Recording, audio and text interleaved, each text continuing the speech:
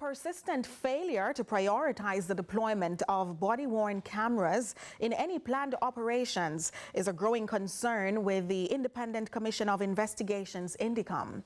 These alarming statistics were highlighted by the Deputy Commissioner of Indecom, Hamish Campbell, who expressed concern over the continued rise in fatal shootings by the country's security forces, in particular fatalities rising from planned operations across the country. Here's more from Williams.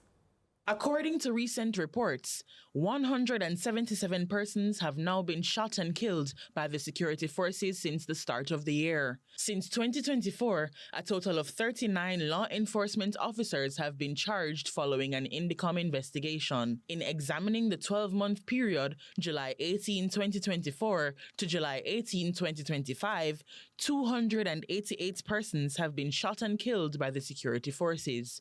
No body-worn cameras have been used by the JCF members in any of these incidents. We're only halfway through this year, and 47% of the people killed so far this year, now at 179, this last Friday, 47% have been killed in planned operations. Deputy Commissioner of the Independent Commission of Investigations, Indecom, Hamish Campbell, says Indecom has had conversations with the Jamaica Constabulary Force in relation to the deployment of body-worn cameras in previous years. However, he says reasons the footage is not useful in investigations continue to build. Some of these include malfunctioning cameras, inadequate storage space for data gathered, and ill-fitting uniforms. There's a whole range of different issues, but at the moment, the JCF do actually have, certainly at the last count, probably nearly 800 body-worn cameras. Campbell also says there are instances where cameras are worn, but they are not turned on by the wearing officers.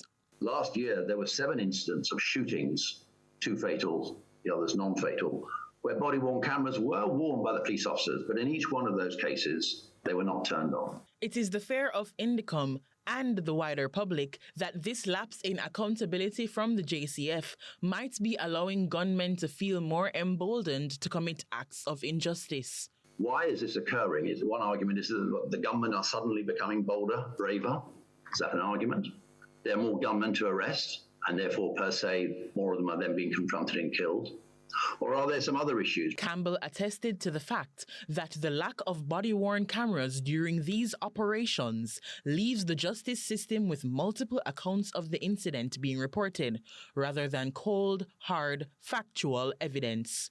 You are left, the public are left with a one-sided account of matters which are not always being agreed to, in fact, sometimes vehemently being disagreed with by people who are in the property at the time these shootings are taking place, or witnesses nearby who provide a very different account from that provided to us by the police. Krystol Williams, CVM News.